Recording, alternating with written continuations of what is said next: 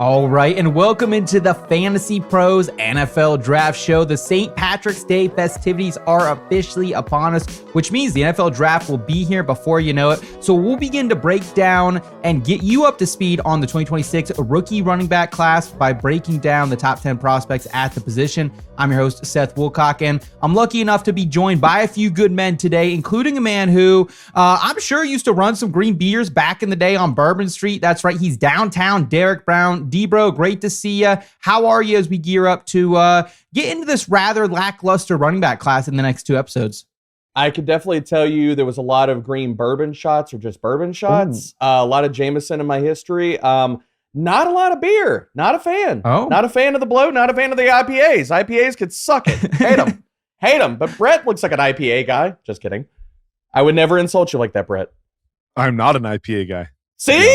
See? He has taste buds, Seth. I hate IPAs. Hey, IPAs. I'm not, IPA is like the last beer. Like, I usually just keep them stocked up in the fridge. Like, someone will give me a 6-pack for Christmas, and then I try to pawn them off to people when they come over. And if I'm out of domestics, then I'll be firing up an IPA. But that's about it. And Derek, as you alluded to, we do have a special guest for us today. And it's a man who looks like he was probably once a bouncer at an Irish bar because he remains absolutely properly jacked every time I see him. He's the owner and the COO of Fantasy Points and the co-host of First Read. He's Brett Whitefield. Brett, did I assume correctly? Were you once checking people in and out of the local pub?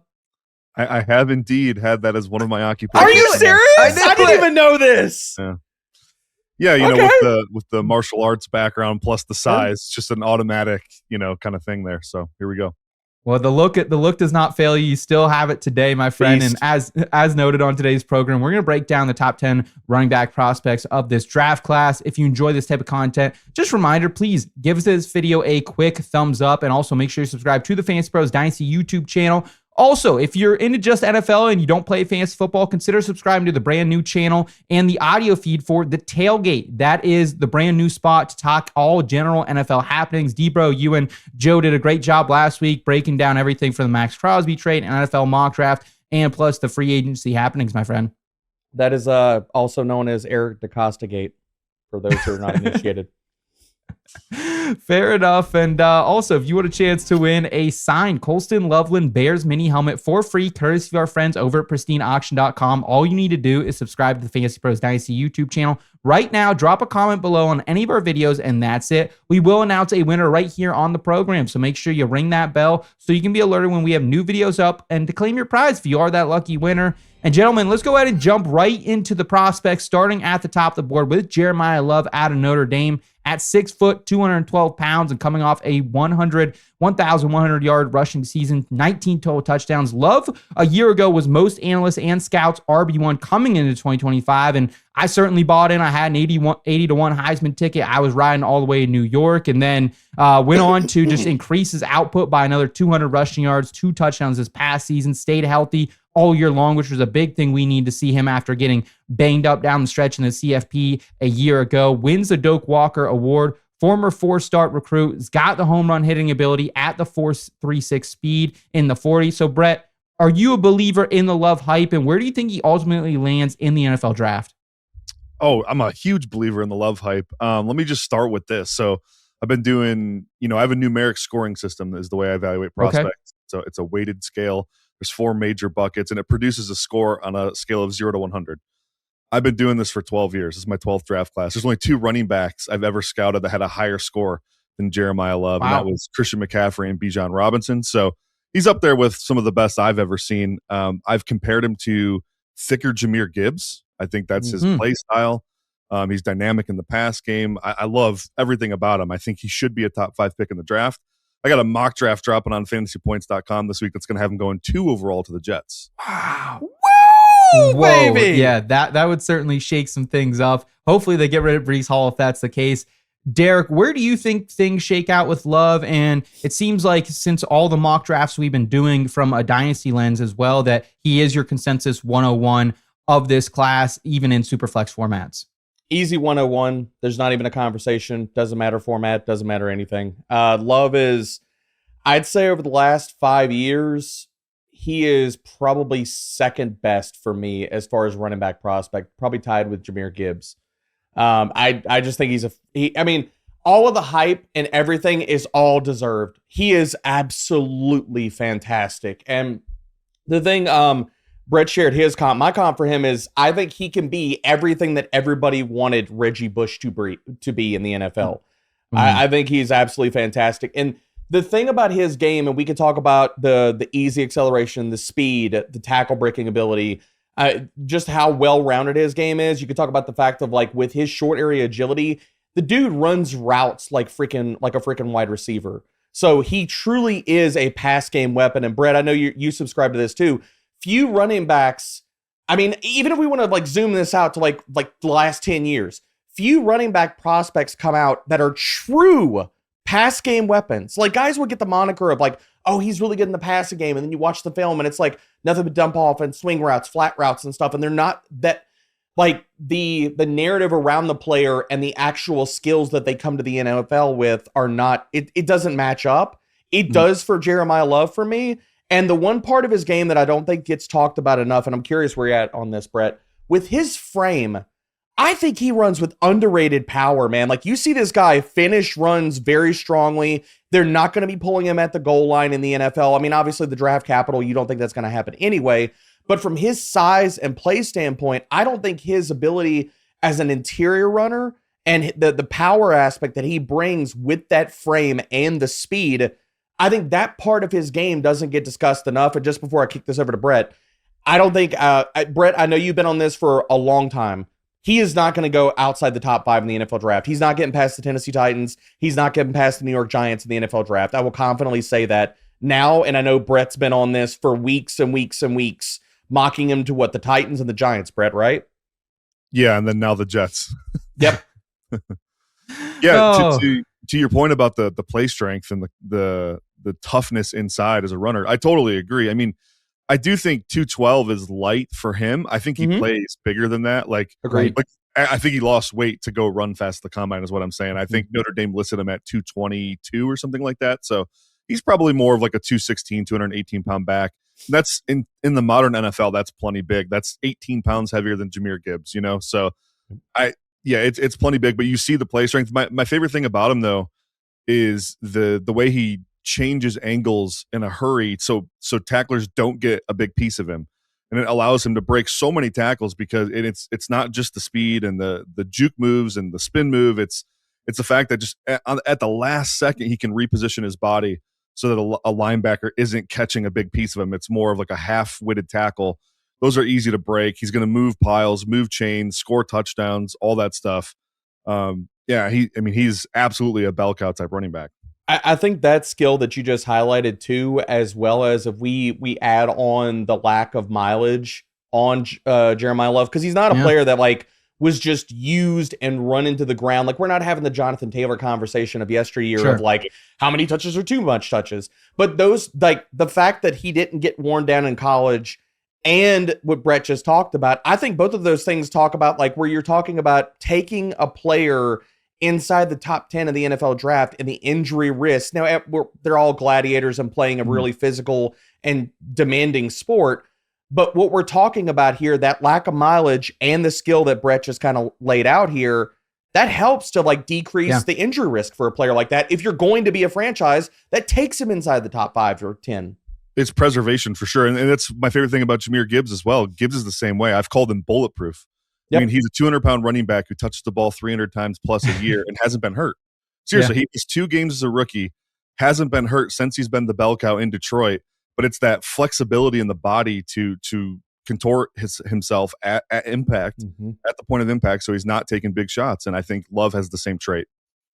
Well, I think part of that lack of mileage also has to do with the next running back prospect here, Jadarian Price, also out of Notre Dame, 4-star prospect out of South Bend here. Totaled 1,600 rushing yards, 12 total touchdowns the past 2 seasons, playing really the Robin to Jeremiyah Love's Batman here. And this is another guy, I think he has elite vision, strong in the yards after contact, the explosive run rate metric. Came in at 5'10", 203 pounds at the combine, ran a 4.49 second 40, giving him an 8.39 relative athletic score, RAS, courtesy of a math bomb over there. So, D-Bro, Price has seemingly slid into the consensus RB2 slot for most people. Is that where you currently have him? And are you pretty convinced at this point that he is a day 2 pick? I think he will be a day 2 pick.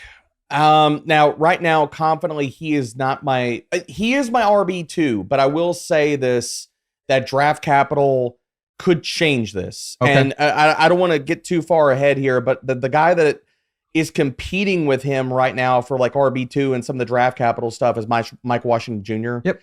And depending, and I only say this because I think Price does go ahead of him in the NFL draft, but the NFL double count speed all the freaking time. Mike Washington Jr. going out and just testing like an alien cannot be discounted here. So 2 players, because it's not like we don't have questions about the prospect profile for Jadarian Price.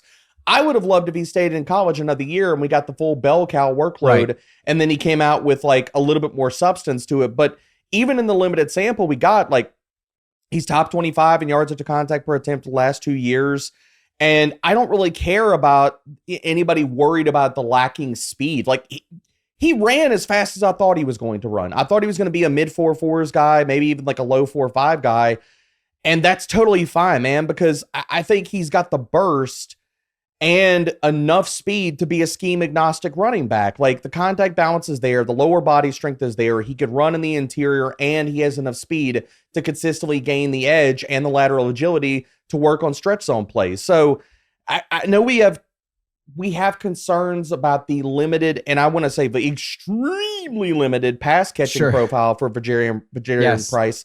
But like 18 targets in college, he did have 0 drops. When he was asked to be utilized as a pass catcher, he was good at it. So I'm not, it's a lot of projection with that. The bigger part that, and I'm curious Brett, where you fall on this, is it's not so much the ability to operate as a check down option and a passing attack in the NFL. I think Jadarian Price can do that.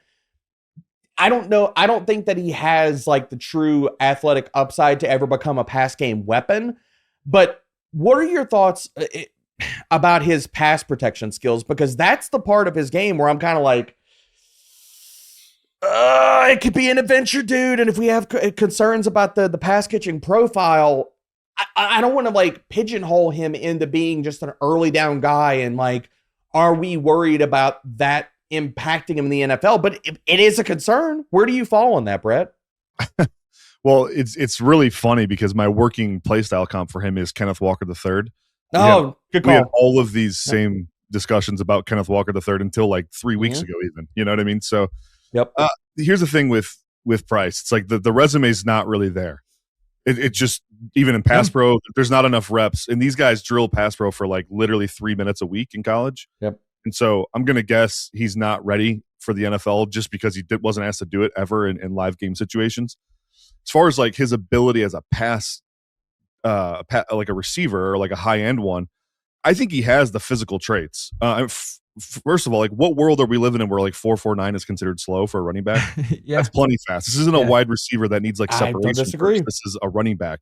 It's the burst, the short area quickness that's just insane. The wiggle that he has, the ability to string multiple cuts together at one time, cut off one foot. It's all elite tier for me for Jadarian Price. But what that suggests is his ability to sink and explode on command suggests he should be a fantastic route runner if he puts in the time to develop that skill. So I think there is a really high ceiling for him in the pass game. It's just whether he gets there or not. It's totally going to depend on where he lands, who his coaches are, what they want him to invest in. For now, I do view him as an early down grinder, like a Kenneth Walker type, where you go big play hunting with him. He's going to, have a ridiculously high force miss tackle rate in the NFL. Hopefully a pretty big explosive run rate as well. I think that's my issue, is just the lack of pass catching production. And like, I get it's tough. So you can kind of roll out 2024 just because you're working with a quarterback in Riley Leonard that isn't super friendly to checking down to running backs. He's just going to take off himself. And then this year, it felt like they really would use Jordan Faison a lot, that dual threat player who also really great at lacrosse. They'd put him in the backfield occasionally if they wanted a little more juice out of the pass catching role, and Jeremiyah Love wasn't on the field. So I'm actually like pretty much like, are you still RB2 on him, Brett? Because I'm substantially lower in my rankings. Yeah, I'm RB2 rather comfortably, but I think this class is pretty buns. So okay. Yeah. Okay. I don't disagree about that, about the running back class at all. So not saying a lot there. Let's move forward then. And if you're looking for the running back prospect in this class with elite traits, look no further than Mike Washington Jr. out of Arkansas. He was just a 2-star recruit from Northern New York, began his career at Buffalo in the MAC, and then transfers to another G5 school in New Mexico State before eventually landing here in Fayetteville, where finished 5th in rushing in the SEC, over 1,000 yards, averaged 6.4 yards per carry, the second best in the conference. And I think that's really impressive because he was able to generate those explosive runs at one of the highest clips in the conference. And he did that behind an Arkansas line that was really near the bottom of the SEC in run block win rate. So for me, I think it all comes back then to that combine performance, right? Checks in at 6'3", 221, runs a 4.33 second 40. Whoever had that ticket, please stand up because my goodness, I don't think Derek, you and I, we did a combine predictions and best bets episode. We did not expect that. 10-foot, 8-inch broad jump then, 39-inch vertical, finished with a perfect 10.0 RAS, the best running back since 1987. So Brett, as someone who has been immersed into the college football scene as much as you are, what are your takeaways from Washington just rising up draft board seemingly more than any other running back in this pre-draft process? Yeah, in his prospect profile that I wrote up for my prospect guide, which will be out in a few days, by the way. One of the things I noted that I loved about Washington is that every time he transferred twice, both times he transferred, his play on the field elevated. And so he, it wasn't like he started a small school, was dominant, then went to a bigger school, then was just okay. The efficiency dropped. No, his efficiency went up every jump that he made. And I think that's really promising for his career. And taking that next leap into the NFL. So I'm pretty bullish on Mike Washington. He was my RB3 before the combine for what it's worth. Wow. Pretty comfortably as well. Yep. I think, Price and Washington are kind of in their own tier, and then there's another big tier gap after that. But I have 3 day 2 running backs, or day 1 or day 2 running backs in this class. Washington's one of them. But there's just a lot to like about his game. The way he runs is very angry and violent. He talks with his pads. He's a finisher, a tone setter. But he's got that home run hitting potential, and he's a really underrated pass down option. Now, I don't think he's a pass down weapon like we were breaking down with Jeremiyah Love. I don't think a lot of in the slot and generate mismatches, but as far as like being a really competent receiver, run after catch phenom, and then awesome in pass protection, that's Mike Washington Jr. Yeah, and Derek, I think the interesting thing that Brett brings up is that you start in the MAC, you go to CUSA, and then you go to SEC, and then it feels like every single step along the way, Mike Washington continued to get better right before he breaks out here in the pre-draft process. I freaking love this kid. I mean, Seth, you and I talked to pre-combine. I said he was the most underrated running back in this entire class. And I know this class isn't amazing, but before the combine, you didn't hear a lot of people talking about Mike Washington Jr. I knew Brett was similarly high on him. We were talking back and forth in text messages about him. And he's a locked in 3-down running back for me. The pass protection skills are freaking amazing. Like over the last 2 years, 140 pass blocking snaps. This dude's given up 1 sack and 6 hurries. So he's an automatic guy where if an NFL team drafts him, like I talked about Jadarian Price and some of the limited reps that he has in pass pro, we don't have that with Mike Wash. So a team could draft him, and I won't be shocked. After he blew up the freaking combine, I won't be shocked if he goes at the end of round 2 in the NFL draft. Because again, teams do double count speed and testing. They could say that they don't. They could say we see it year after year after year after year. And with Mike Washington Jr., it's not only the 3-down skill set like Brett talked about. I think you could utilize him in the passing game, and he's going to be really good at it. And put him out on there. Just let him run wheel routes and cook dudes. Because of that type of speed, he's going to get separation, whether he's being covered by a linebacker or a nickel or what have you. And the thing that I was so surprised about, honestly, about his game, you don't see running backs that are as big as he is and they're more of upright runners have the type of contact balance that he has. Because guys that are taller, and Brett, I'm curious your thoughts here, but guys that you see that are that above 6 foot range, a lot of them run upright and they get cut down easy, like guys diving at their ankles or taking them out, where they don't have the type of contact balance that you see from a player like Mike Washington Jr., where it's you can go back to yesterday, Chuba Hubbard is a guy that just automatically screams to me, where it's he's a runway back. He and Chuba Hubbard, the prospect versus Chuba Hubbard, who he is now, is a very different conversation as well. But Mike Washington Jr., you see the contact balance. It's not only can he hit a crease and take it to the freaking house? Hell yes, he could do that. But it's also the ability, he can grind out those dirty yards that you need, and he has underrated contact balance for a player of his build and running style. Yeah, that's a great call. I mean, I think of like his running style suits his needs as well. So like Omarion Hampton pops in my mind, where again, a tall back, big, physical, but he does have an upright running style, and he's got some anatomical limitations in his hips where he's not overly agile.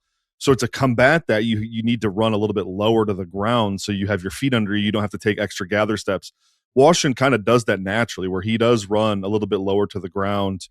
He doesn't pop straight up, which gives him the time to redistribute his weight quickly and make cuts, where I feel like in Omarion Hampton, that's something he struggled with as a rookie, especially as lanes got more congested than they were in college, and it wasn't all just runways.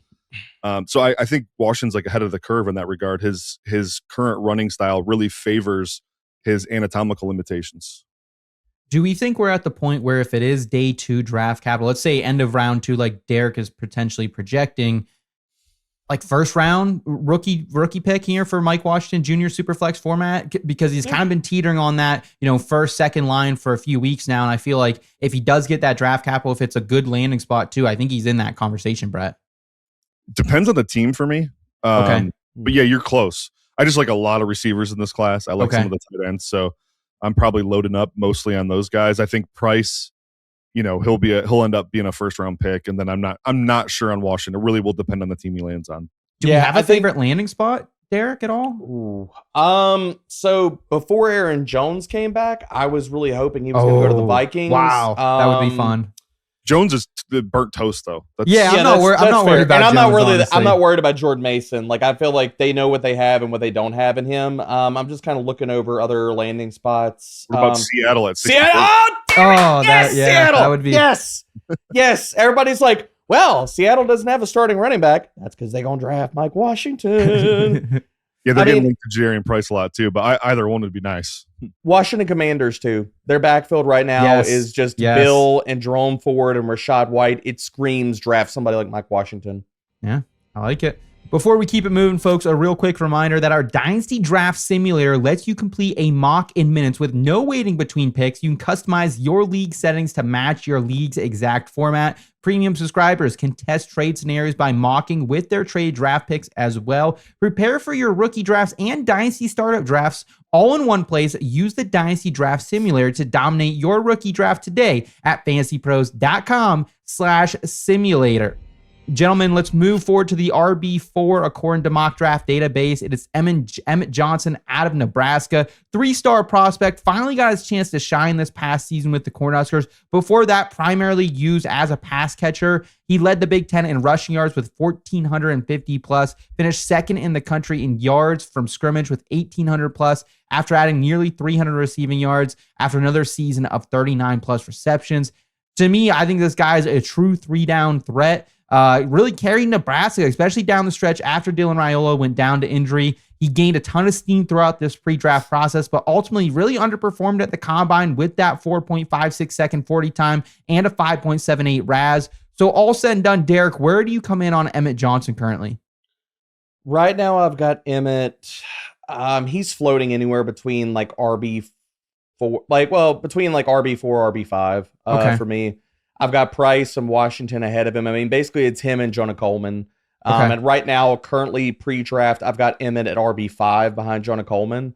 I like a lot of Emmett's game, man. And anybody that was disappointed with the 40, like, did you watch his film? Like realistically, like, did you watch his film? Because, dude, I was just like hoping he's going to run a 4.5. He ran a 4.4. Like that's totally fine with me. Like, that's not where he wins. And the only thing really truly pulling down his RAS score is the 3-cone. His jumps were totally fine. They were in the 70th percentile. And I just think we're in a situation where that's going to hurt his draft stock probably more than it should, to be honest, amongst NFL teams. And I mean, Brett, you can correct me if I'm wrong with that, but like, I'm kind of curious where he goes in the NFL draft, and the draft capital is going to kind of float him between him versus some other running backs. But I like him at a ton, man. Like, the way he wins is with vision, acceleration, and lateral agility. Like, this guy plays with an infectious energy. Like, I wrote it up. It's in my write-up. Like, I swear, man, like, pregame, this dude must chug like 12 monsters and cheek 4 Zins.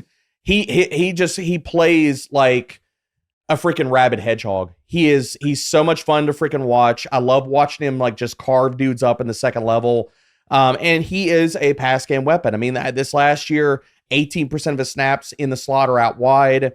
With that type of short area agility, you do see him like he can produce on screens, angle routes, some wheel routes thrown in there. So I think draft capital is going to be all over the map. Like I could see him going round 3. I could see him dropping to round 5 in the NFL draft, and that draft capital or non-investment by teams is what's going to kind of color where I rank him.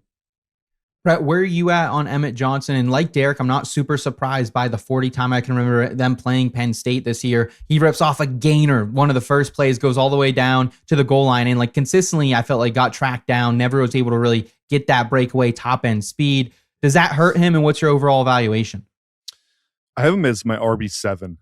I'm really not surprised Derek likes Emmett Johnson because my working comp for him is Bucky Irving, and Derek was a big Bucky Irving guy, and I was not. So we're kind of sticking to some priors here. But listen, there's some things Derek said I agree with. Tone setting runner, despite being only 200 pounds.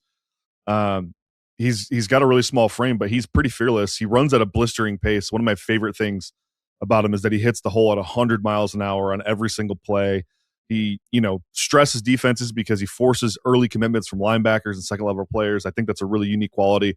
I think he'd be really good in a zone heavy system. And then he's got this really unique ability to evade tacklers, but it's weird because he doesn't have good short area quickness. He doesn't have good change of direction skills, but he has this really funny subtlety to his game, kind of like Bucky Irving did, where it's like he just somehow forces missed tackles at the second level. It's a willpower thing. I don't really know. Obviously, contact balance is pretty good for the size, especially. But there's some really fun things in his film, and then there's some not so fun things. I do think that he's got some pass game chops, like Derek said. He's a good receiver. I don't think he'll ever be a guy you put in the slot and have him go to town and try to generate matches that way. But he's good in pass protection, and he's got really good natural hands. So some good stuff there. That lacking top gear though at his size is pretty much a kiss of death for the most part. And again, 4.56 isn't necessarily slow, but when you're 200 pounds, you just don't. The resume of running backs that small that aren't fat, like significantly faster than that have had success in the NFL is really small, especially when you pair that with below average change of direction skills. And so I actually wasn't even mad about the 40 time. I already knew that was he doesn't look super fast on tape, right? It was the 3-cone and the shuttle that really confirmed my biggest weakness for him, which was that just really kind of stiff despite the size. Again, I had the same criticism of Bucky Irving, so it's kind of funny that we're coming full circle here, Derek. And then the last thing is the play strength and power just isn't there. He hits the hole at 100 miles an hour, but as soon as he hits resistance, he just kind of bounces, backwards right off of it. So, I think ideally for him, he's a change of pace back that has the pass game upside. Yeah. What about somewhere like San Fran, Derek? Would you like somewhere like that? Maybe God, that he could be talking about kiss of death, the 3rd round running back to go to the San Francisco 49ers. Like you're automatically asking Kyle Shanahan to hate him. No, I don't want that at all. But I do want to clarify something. I did say he ran in the 4.4s. He did not. He was a 4.56 guy. But also to go back full circle, Bucky Irving at 5'9", 192, 4.55. Yeah. Not too bad. The comp is there for sure. Yeah, it's there. But much like Bucky Irving, he's going to have to earn his way up a depth chart. I fully believe. Like, where do you think he's going to go in the NFL draft, Brett? Do you think he goes round 4? Or does he slip to round 5 for you? I mean, I have a 4th round grade on him. So, I mean. Okay. Same. If he goes in the 4th round, he's got a chance to play as a rookie. And if he does well in those moments, then he earns more playing time, just like Bucky did. It's as simple as that, right? So. Yep. It is. Hopefully it's not just like a Caleb Johnson track where it just has one huge season in the Big Ten and all of a sudden you're just a ghost. Oh man. Listen, I'm not high on Emmett Johnson, but let's not disrespect him. With I know. Let's not do that. Let's not do that. I was very high on Caleb Johnson too, but Mike Tomlin's not around to crush any more rookie running backs. Well, Big Mike's doing the same thing. Big Mike's bringing in his guys. He's saying, I don't want any Caleb Johnson action. So yeah, we'll see. We'll see what happens. Let's go to another running back where size definitely the question mark, and it's Jonah Coleman out of Washington. Followed up his 1,000-yard, 10-touchdown season at Washington in 2024 with over 750 rushing yards, 17 combined touchdowns, first in the Big Ten in 2025, and also offered a ton in the receiving game, right? Damon Williams at quarterback didn't matter for him, set a career high in receptions, 31, receiving yards, 350 plus, and this all came after a really successful career as an underclassman at Arizona as well. I've comped him to Ray Rice, right? I think that's kind of the easiest comp, 5'8", 220. However, we don't have any combine metrics to go off for him. So, Brett, is still somewhat of an incomplete picture here for Jonah Coleman. Where do you land on him? Yeah, I'm a little bit lower on Coleman than the consensus for sure. I have him pretty much neck and neck with where I had Emmett Johnson, that RB7, RB8 range. The thing about Coleman that drives me absolutely bonkers is he's 230 pounds, but he doesn't play 230 pounds. Yeah. He's a complete, I can't say the words I was going to call him on this broadcast, but he's a ninny. He plays like a ninny, like he's scared of contact. He would much rather juke guys out than run through them. And when the player, who's trying to attack you is 190 pounds, brother, I need you to lower your pads and just run through the guy. Mm-hmm. To make matters worse, he's got these like ridiculous efficiency metrics, like this run after catch stuff. I think my guy Scott Barrett even tweeted about it yesterday. It's completely fraudulent production. 100%. Like I sent Scott 5 or 6 clips just from 2025 or 2024 alone. 2025. What year are we in, guys? I'm lost here. 26. We're going in 2026. We just had 2025. Yes, you're 2025 plays where Jonah Coleman catches the ball and doesn't even have an opportunity to be tackled for 30 yards downfield. Just from this season that happened. So these run after catch efficiency metrics that I see the whole fantasy dynasty community tweeting and getting really excited about, it's just complete fraudulent production. And listen, I think he could be an effective pass down player. He clearly has good hands. He's got some good wiggle to him despite the size. I just think the resume is super incomplete. And it's this, and Nick Singleton's got some of this too, where it's like these are bigger backs with decent athleticism that don't play to their size. And it's really frustrating to watch. So Jonah Coleman's just not for me. If he outproduces his draft capital, then I'll eat a shoe. But just not my kind of player in today's NFL. This is not the guy I'm gravitating towards. That's for sure. Derek, I'm heartbroken right now. I'm very high on Coleman. I specifically like that. Like, he is that shorter running back, but he's got that lower center of gravity that I feel like gives him good vision. I will agree with Brett, though, not someone who's necessarily looking for contact. Does that also strike you as something maybe to negate from Jonah Coleman's profile? I mean, I don't disagree with Brett about any of that. I think that Coleman, the way that he wins is the short area footwork and the vision and stuff like that. I don't look at him as being just a massive tackle breaker and running with power and all that kind of stuff. Like, I think the short area agility serves him well. But again, we want to talk about the limitations of his game. He is a 1-speed runner. Like, he gets up to top gear quickly, but you're not going to see him break. Like, he's going to have to be a chunk play author in the NFL. He's not going to be breaking 30, 40, 50-yard runs. It's just not going to happen. And to Brett's point about the receiving stuff, this is what I talk about. Like, he's not a pass game weapon. He was fed a steady diet of flat routes and swing passes, dump offs and stuff like that in college. It's just checkdowns. So again, a lot of things we're going to get to Nick Singleton here in a little bit, and where I think there's a lot of fraudulent production or his profile is blah. I'd rather Coleman out of those two guys. And Brett, tell me if you want to try this one on for size. I see a lot of the things that I was worried about and a lot of the things that I liked as a player, and that's where my comp comes in with him. I see a lot of Clyde Edwards-Helaire out of his game. Oh, that's the kiss of death right there. Am I wrong though? No, I haven't personally thought about that one just because the 30-pound weight difference, but I see the play style issues for sure. Yes. Yes. And by the way, I had a 6th round grade on Clyde Edwards-Helaire when he came out, so that makes me really happy to hear you say that. My working comps for him are this weird combo of Rashad White and Samaje Perine. So, I don't disagree with you about with either one of those, to be honest, because we're talking about a similar type of archetype of running back. And CEH was a really good learning point for me. I was very high on him as a prospect, and it's always fun to go back to previous classes and if you were to go back and reevaluate a similar player now, what would you say about him now versus what I felt about him then? And seeing a similar archetype of player, I like Jonah Coleman. I don't love Jonah Coleman. The other thing that I do think we need to talk about with Jonah Coleman is I do think that he is a dog in pass pro. Like, I've seen this guy like pass pro, like block dudes out of their freaking cleats. Like, I saw him basically power clean a man coming into the backfield one time. Like, I forget which game it was. And he picks up the damn defender coming in. He just like pulls him out of his shoes. And I'm like, oh, like there are some moments like where you're like, you go back to the film and you're like, okay, all right. Dog in pass pro. Imagine if he played with that kind of heat as a runner, though. That's seriously frustrating. Yes, it is frustrating. I wrote up that he's a really good processor as a pass protector as well. It's like he quickly identifies the threat, gets to his spot, he can anchor and then mirror. He's got the footwork and hands to run that defender around the arc away from the quarterback. He is really one of the better pass protecting running backs I've seen in quite some time. So that's same. Like there was, we talked.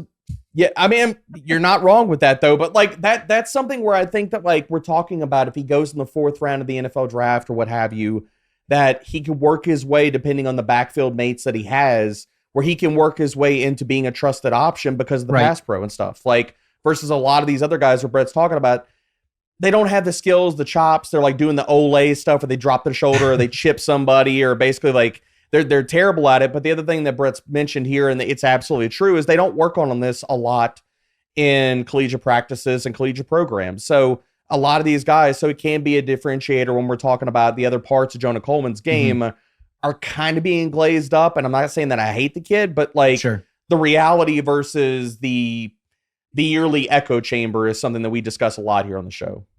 And it sounds like to me the path forward to fantasy production might be like a Gio Bernard type of route where he starts behind someone kind of as that change of pace, pass catching, passing downs option, and then maybe can play his way into more of a lead back situation. So maybe someone I need to revisit on because I'm definitely, I think, a little too high compared to consensus here. But let's go ahead and move forward to some players I don't think I'll ever move down my rankings. Call me a homer. Call me you are a homer. A Penn State truther. I will. Total homer. We're going to go ahead and group them together, though. Nick Singleton and Kaytron Allen out of Penn State. And these are two best friends. They were roommates, but both had very, very different paths to get here into the NFL equation. Singleton, the highest rated 5-star prospect out of the 2022 class for the RB position. Kaytron Allen, just a 4-star recruit. And instead of transferring after he really, put his talents on display early in his career, he decided to stay, split the backfield with Singleton for the next 4 years. And Singleton, Big Ten Freshman of the Year, would go on to set the Penn State all-time record for total touchdowns with 55 and rushing touchdowns with 45, and then total to end up totaling over 3,500 rushing yards in 4 seasons, added 102 receptions, nearly 1,000 yards, and it really fell off this past year, though, right? Lost that starting nod after James Franklin was fired, had a career low 550 rushing yards, and to make matters worse, then he goes to goes to Senior Bowl, breaks his foot there, unable to perform at the combine, where I think he would have had a Mike Washington type of performance because he's 6 foot, he's 219, and I think this guy's home run hitting ability. Allen, meanwhile, kind of like the exact opposite, right? Change of pace role for most of his career until halfway through this past season. Still managed to set that Penn State record for all-time rushing yards in school history with 4,180. And then despite Penn State losing Drew Aller, just looking absolutely awful early this season, he still averaged 6.2 yards per carry, 1,300 total yards, earning him all 10 Big Ten honors. And he's the kind of opposite of Singleton, right? The great vision, the patience, but not really elite in the athleticism. Comes in 5'11", 216, didn't test as much at the combine as I would have liked him to. Really a north-south type of running back. So, Derek, where do you come in here in your projections, in your rankings for Singleton and Allen, respectively? Right now, they're RB 7 and 8, and they're tier 4. They're behind the top. They're behind 6 other running backs. You can count me out on both these guys. I definitely not in. Like Nick Singleton, I think where Brett was talking about, like, dude, former Feldman freak lister, and I'm glad the dude is so good in the gym and he's so athletic, but it does not translate to the football field, man. Like I look at him as being a Rashad White type of back where he runs really fast in gym shorts and he tests really well, but brother, does it not translate to the field?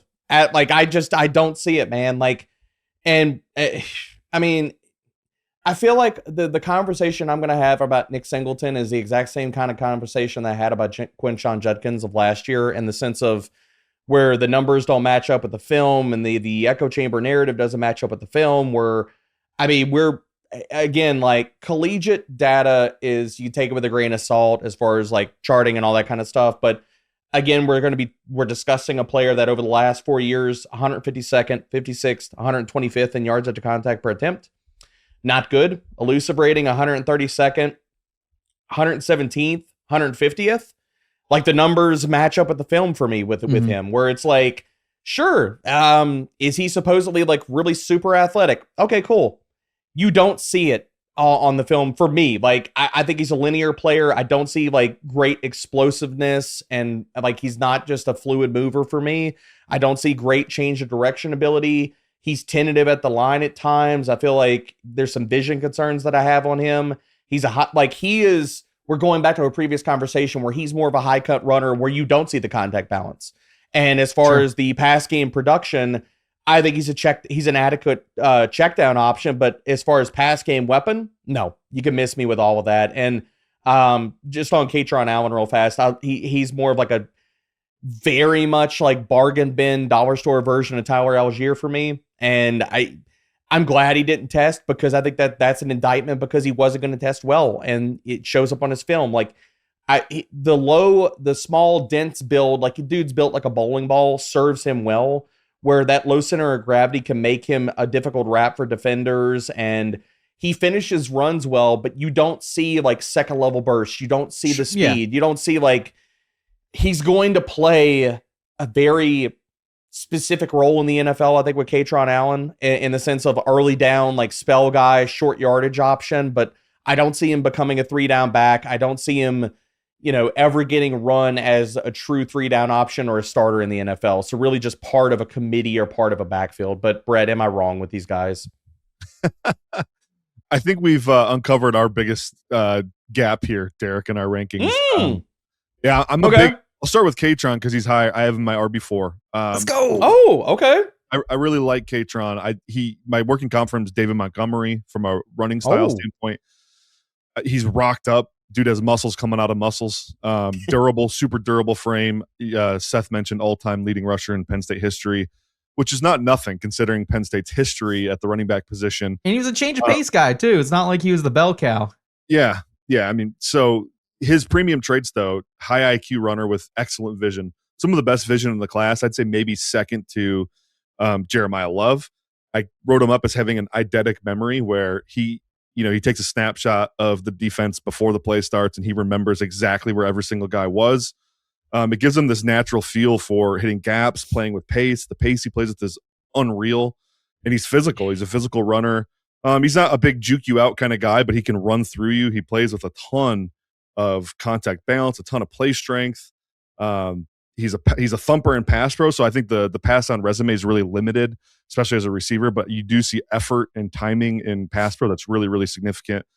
I think this is a guy the NFL will like for sure. At worst, you draft him and he's your early down grinder. You pair him with a really good change of pace back, like a Rashad White, like a Kenneth Gainwell, and I think you have a really nice running back room. At best, he develops into a better pass down player, and you have yourself an every down back. So I think Kaytron has, in a bad running back class, I think he has a little bit more ceiling than I think the draft community is letting on to this point. So I'm big Kaytron Allen guy. What about Nick Singleton? Yeah, Nick Singleton is another guy. He's my RB5 in the class. I think you definitely like him a lot more than I do, Brett. I'm curious. Yeah, I think this is a guy that the NFL will like a lot better than any of us. Just look at the raw measurables. He's big. He runs hard. He's fast, explosive, and he's a really good player in pass downs. And that combination of size, explosiveness, and pass down ability is inevitably going to get him drafted higher than we think it is. Mm-hmm. He definitely has deficiencies. Like, there's a reason he's RB5 for me. I think he's one of the tightest running backs I've ever evaluated. Super tight in the hips. He lacks creativity in space. He's not, at the more congested an area gets, the worse he gets. It reminds me a little bit of, you guys remember Kenyon Drake? He's a very type running back where if you can give him runways and if he can go win the corner on outside zone, great. Other than that, the rundowns are going to look pretty ugly, and he's going to be big play hunting.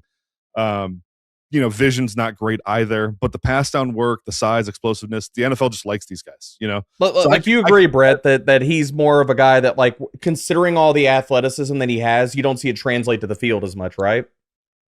In terms of, like, as a runner and tackle breaking ability and all these types of things. Well, definitely, he doesn't break tackles with athleticism, that's for sure. If he breaks a tackle, it's because he ran through a guy, not around him, or with a juke move or a cut or something like that.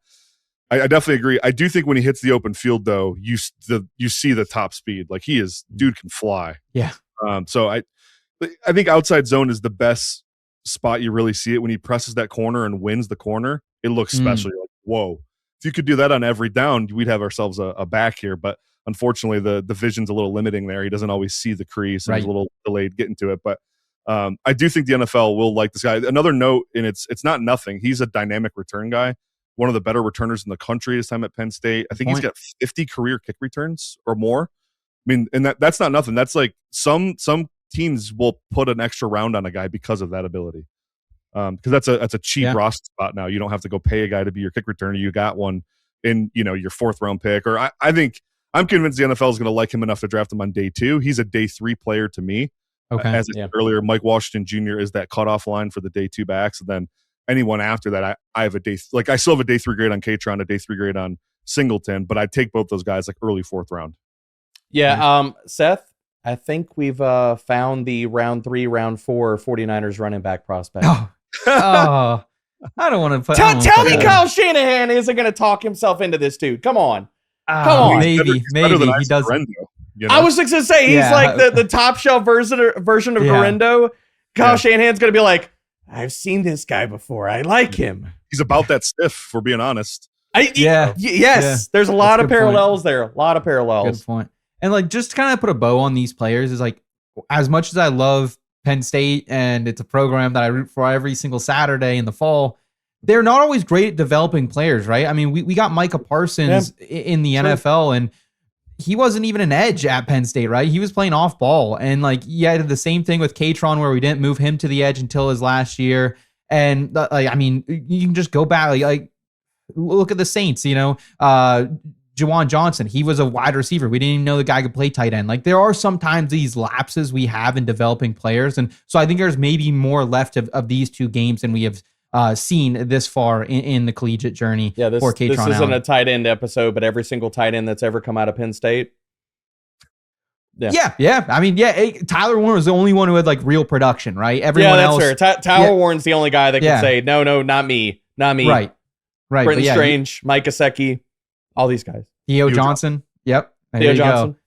Pat Fryermuth had some production, but it was on and off throughout his career as well. So I'm with you guys there. And a real quick reminder that today's show is brought to you by our presenting sponsor, Hard Rock Bet, Florida Sportsbook. It's tourney time, and my favorite thing to do this time of year is to fill out the bracket. So join me in the volume bracket contest presented by Hard Rock Bet. The grand prize winner scores a 2-night stay at the Guitar Hotel at Seminole Hard Rock Hotel and Casino in Hollywood, Florida, plus $1,000 in bonus bets to use on the Hard Rock Bet app. All you have to do is head to the bracket.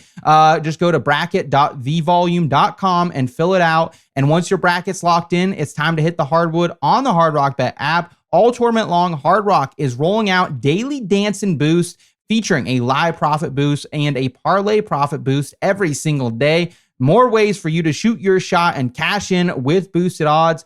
And those heart-stopping 0 on-the-clock moments, now they actually pay. Hard Rock Bet is giving out $25 in bonus bets throughout the tournament if a team you bet to win and cover hits a buzzer beater. That's right. So if you haven't joined Hard Rock Bet, now is the time to get on the games. New signups can double their winnings on their first 10 bets, max of $50. That means if you'd won $100 on your bet, go ahead and let's make that $200. That's how you start your March hot. So don't sit on the bench this March. Download the Hard Rock Bet app today and let's get the party started. Gentlemen, let's go ahead and round out the running back position here. And let's start with Damon Claiborne out of Wake Forest. And this is a guy who has really been a Devy, a CFF favorite the past few seasons after being a highly touted 4-star prospect coming into the 2022 class. He's totaled 2,350 combined yards, 23 touchdowns the past 2 seasons, helping the Demon Deacons really improve to an afterthought in the ACC at 4-8 in 2024 to a 9-4 record in 2025. He was the favorite to run the fastest 40 among running backs, ran a 4.37, but overall finished with just a 7.99 RAS, largely because his poor size grade at 5'10", 186 pounds. So, Brett, how did you have Claiborne before this performance at the Combine, and how did that factor into the assessment of him? It didn't change at all for me. He's my RB10, I believe. Yeah, RB10 in the class. And that's even higher than I would like him because this class is just poor. Here's the thing about Claiborne. I don't know how you can be, what is he, 188 pounds? Yep. 188 pounds and also stink in the pass game. Yes. Yeah. I don't know how that works. I mean, so you're now looking at an early down player that's 188 pounds. It just doesn't work. Maybe he's your change of pace guy that you try to manufacture some explosive runs for. Maybe he develops in the pass game. There's just so much here there's so big of a developmental runway needed. It's kind of crazy. Running back is not a position that you typically draft to try to develop. It's usually these guys are ready-made. They hit the league and that's who they are. Minus a few things, work on some pass pro here, maybe some route running there, but he needs so much work in the pass game. It's not great. The biggest issue though for me is he's small and he runs small. He goes down at first contact pretty much no matter what. If he's running in a congested area, like you just blow on him and he falls over. The explosiveness is completely mitigated by the fact that he's tiny and just doesn't have a lot of utility. He's kind of a tell when he's on the field. So, he's got some good, special teams upside. I think he had 295 plus yard kick returns for a touchdown his freshman year or something like that. So, maybe a team, bumps him a little bit because of that, but ultimately just really not for me. What about you, Derek? Same. I'm still formulating because I've got a lot of the deeper running backs of this class to get through. But right now, I mean, the highest I would possibly go on him is my RB13. He's my RB16. I'm just out, man. I don't see it. He's a linear back. He's small. He runs small. It's really the hallmark of his game is speed. It's all related to his speed. Can he hit home runs? Like in your mind's eye, your fever dream is like, could he become like a Keaton Mitchell? And it's like, dude, he's not even close to being a Keaton Mitchell. Like he doesn't run like Keaton Mitchell. He doesn't break tackles. The thing that is like so damning for me with a running back this size is that, and especially a guy that you don't see that like, okay, like, is he small, but does he run with like more power than his frame would give you the idea that he has? He doesn't change directions well for a small back. He turns like a damn tugboat, man. Like he runs in a straight line really, really fast. But like the other thing, and Brett, I'm curious about this. His vision, man, is not great. Like he misses cutback lanes constantly. He doesn't run with patience. He outruns his blocks. You put him on screens and he's outrunning guys and he's not following play design. And you're just like, what are you doing, man? Like, what are you doing? Like, I think the idea of Damon Claiborne is really fascinating. The actual play of Damon Claiborne, not so much. Yeah, the vision, I noted he had adequate vision, which is just average, and I thought he generally ran with, decent schedule and pace. But for the most part, it was a little messy. Yeah, very messy for me. Are we thinking maybe like UDFA territory here, possibly? Yes. It's like, yeah. That's the grade I have on him, but the thing is the team will draft him because of the return because ability. He's speed. Okay. Because it's fast, yeah. Okay, so maybe late day 3. Up next, though, we have a huge winner from the Combine in Seth McGowan out of Kentucky. He had a 9.42 RAS, third best among running backs in this class. Definitely an older prospect. He bounced around for a couple years, started his career at Oklahoma, had some run-ins with the law as well, then lands himself in New Mexico in 2024, where he earned second-team all-conference honors, transfers into Lexington in 2025. He leads the Kentucky Wildcats in rushing with 725 rushing yards, 12 touchdowns, fifth best in the SEC. I've classified McGowan as a very shifty and angry runner. I think he's best probably in a power run scheme. Derek, your comp for him in the past has been Isaiah Pacheco. I compared him more to another SEC running back, Rico Dowdle. Do you have a comp and an overall assessment on McGowan, Brett? Let me check my notes. No, I couldn't come up with one, and I'm not one to force him. Okay. Yeah, there's some holes in his game that really just kind of confused me with the profile. So, okay. Well, overall, is he someone that you're interested in from a dynasty lens, or is he off your draft board? Not interested at this time. I mean, draft capital changes everything. If a team is dumb and drafts them really high, then sure, I'll be interested just because of that. But no, play on the field. Like, he tested as this freak athlete, yet there's like no explosive runs on his tape, and you routinely see him getting caught from behind by cornerbacks. It's it's just kind of weird. It's like, is that a Memphis thing, or is, I thought the blocking was relatively good actually, given the level of play. So I don't know. He does have some wiggle. He tested explosive, but just, I kind of qualify him as I think I've called him a baby deer in the past, where it's like, sure, it's the Treylon Burks effect, where like people think he's athletic, but just it's not functional athleticism. It doesn't translate to a football field, where he just always like, tripping over himself, falls down for no reason. There's just a bunch of that on his tape, and just doesn't really look like an athlete to me. Okay. Derek, I think I can blame some of the just overall poor performance from like a lacking explosion and big plays to just playing at Kentucky, right? I think this was an offense when you have big Zach Calzada that they're not respecting in the passing game, Cutter Boley, who, young kid, they're not respecting in the passing game. You don't really have a bunch of deep threat weapons. I think it was a lot of stacked boxes for the kid. And I think that, kind of trebled in there to his overall assessment. What do you think here on Seth McGowan? I know you're a little bit higher than I think Brett is.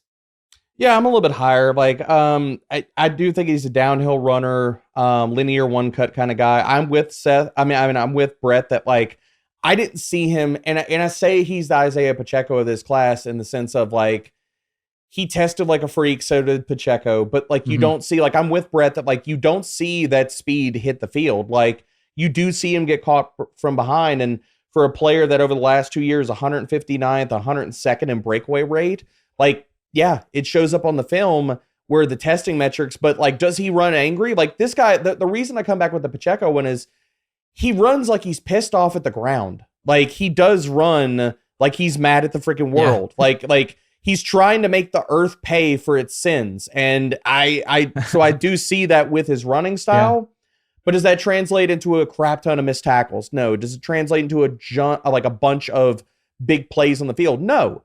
But if he can ever harness that type of, the type of athleticism that we saw him test with, but again, it's a similar, then he'd be awesome, but it's a similar conversation we've had with a lot of these other running backs and that we've honestly had with Isaiah Pacheco, and that type of running style has led to a very injury-marred career thus far for Pacheco. Yeah, that's fair.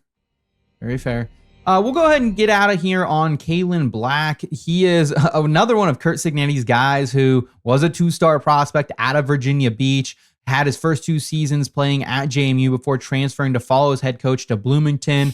Had a really strong sophomore season at JMU in the Sun Belt, 900 yards, 5 touchdowns, and really felt like he was then coming into Bloomington to be that change of pace option, right? He was working behind Justice Ellison, Tyson Lawton in 2024. This year, Roman Hemby got the spot start. But it was really Black who I felt like carried them down the stretch at different times this season, had over 1,000 yards, 10 touchdowns, 16 games played though. So, quantify that a little bit as well. And help the Hoosiers get to that national championship title.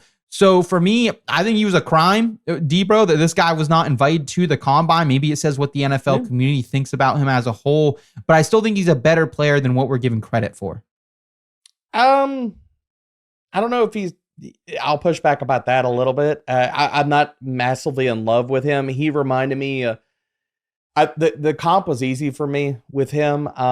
It's speed and it's home run ability. Like, can he take a crease and take a run, and break off a big run? Sure. I don't see him as a great tackle breaker. I don't see him as a guy that can create a ton of yards by himself outside of the speed and stuff. He's just Ty Chandler 2.0 for me.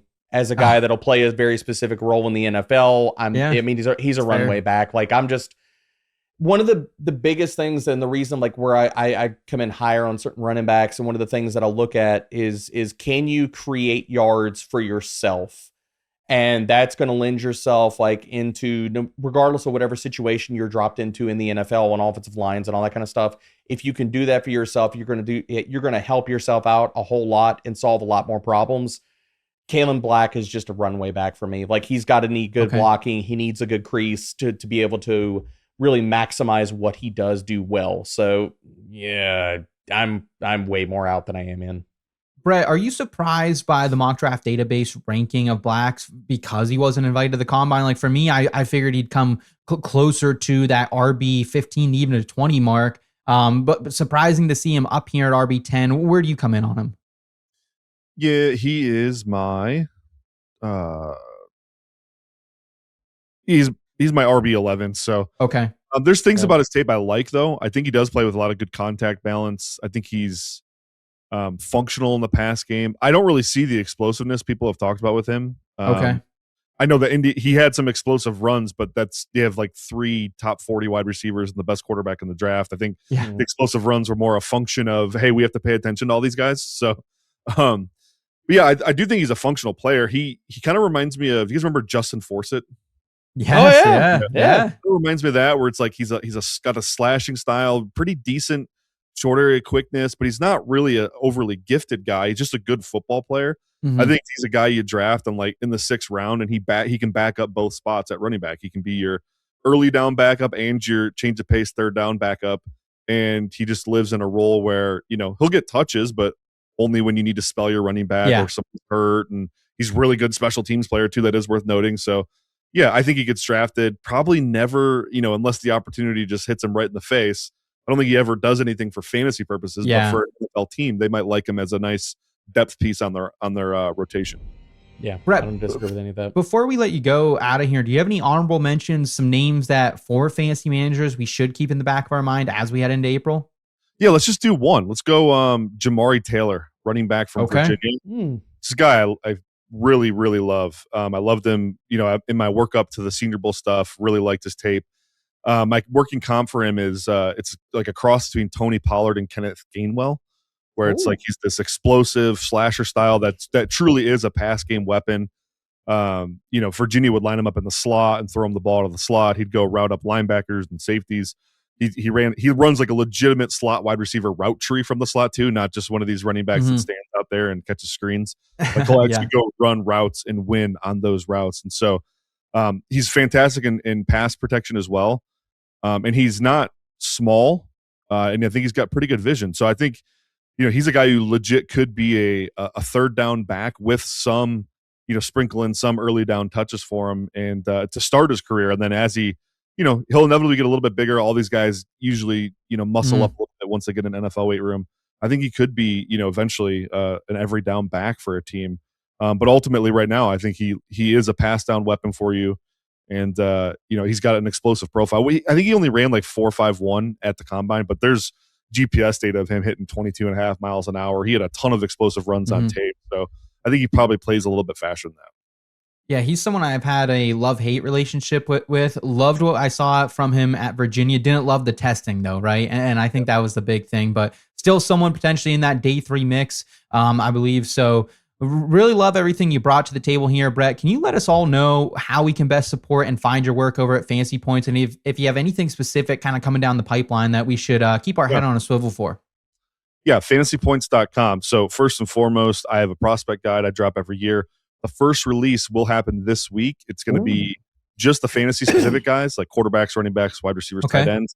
Then I add O-line and then add defense. When it's all said and done, though, there will be over 150 write-ups in there. I also have a running big board on fantasypoints.com. I think I currently have 125 guys in there. When I study a player, I watch every snap of their career.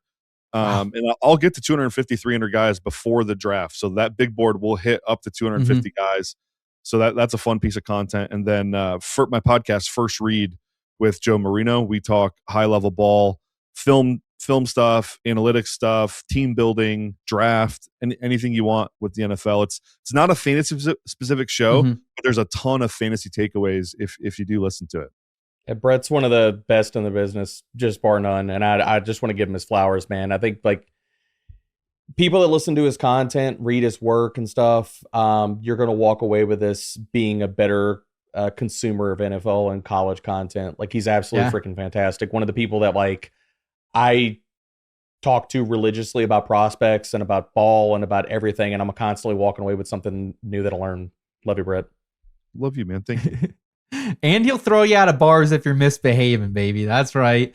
That is going to do it for us on this episode of the Fantasy Pros NFL Draft Show. For us here at FP, easiest way to support us. Don't forget, smash that like button if you enjoyed this episode. And also, please subscribe to the Fantasy Pros Dynasty and the NFL Tailgate YouTube channels. We'd really appreciate that. Be sure also check out all the great written content and our tool suite over at FantasyPros.com. We have the recent NFL mock drafts, ECR rookie rankings, the Dynasty rookie mock draft simulator, all there for you to take advantage of. Thank you so much for watching. For Brett Whitefield and Derek Brown, I'm Seth Woolcock. Take care, y'all.